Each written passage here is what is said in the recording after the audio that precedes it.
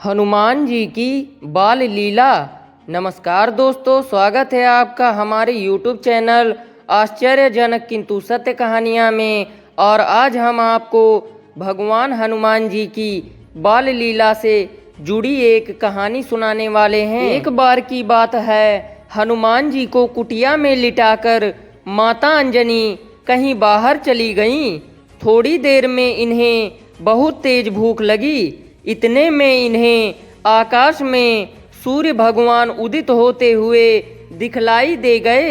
इन्होंने समझा कि यह कोई लाल लाल सुंदर मीठा फल है और बस एक ही छलांग में इन्होंने सूर्य भगवान के पास पहुंचकर उन्हें पकड़ा और मुंह में रख लिया। सूर्य ग्रहण का दिन था। सूर्य को गरसने के लिए राहु उनके पास पहुंच रहा था। उसे देखकर हनुमान जी ने सोचा कि यह कोई काला फल है, इसलिए वे उसकी ओर भी झपटे। परंतु राहु किसी तरह भागकर देवराज इंद्र के पास जा पहुंचा और उसने कांपते हुए स्वर में इंद्रदेव से कहा, प्रभु, आज आपने यह कौन सा दूसरा राहु सूर्य को गरसने के लिए भेज दिया है? यदि मैं भागा ना होता तो वह मुझे भी खा गया होता। राहु की बातें सुनकर भगवान इंद्रदेव को बड़ा अचंभा हुआ। वह अपने सफेद रंग के ऐरावत हाथी पर सवार होकर हाथ में वज्र लेकर बाहर निकले तो उन्होंने देखा कि वानर बालक सूर्य को अपने मुंह में दबाए आकाश में खेल रहा है। हनुमान जी ने भी ऐरावत पर सवार इंद्र को देखा। उन्होंने समझा कि यह भी कोई खाने लायक सफेद फल है, तो वह उस ओर भी झपट पड़े। यह देखकर देवराज इंद्र बहुत ही क्रोधित हो उठे।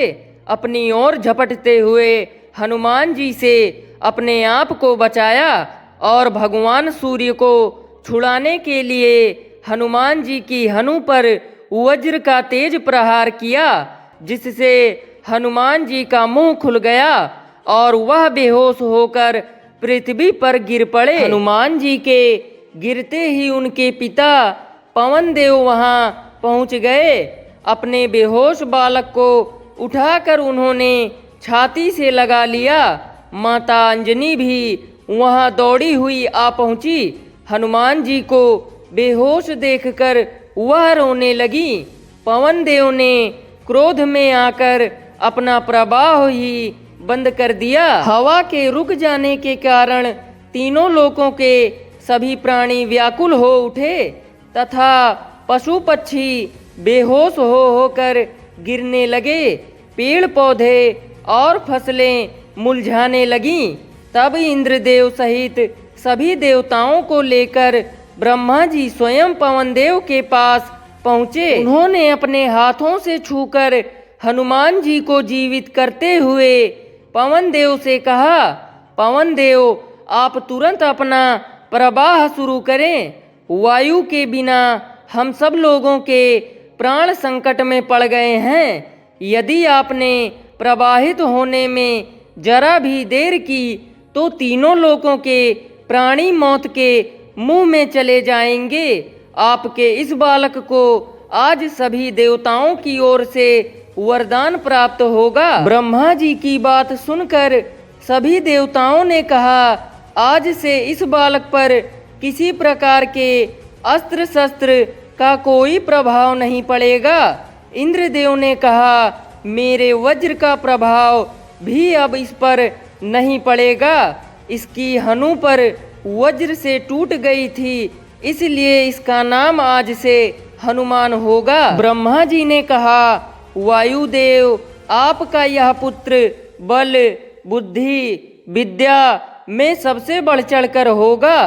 तीनों लोकों में किसी भी बात में इसकी बराबरी करने वाला दूसरा कोई ना होगा। यह भगवान राम का सबसे बड़ा भक्त होगा। इसका ध्यान करते ही सबके सभी प्रकार के दुख दूर हो जाएंगे। यह मेरे ब्रह्मास्त्र के प्रभाव से स्वार्था मुक्त होगा। वरदान से प्रसन्न होकर तथा ब्रह्मा जी एवं देवताओं की प्रार्थना सुनकर वायुदेव ने फिर पहले की तरह बहना शुरू कर दिया।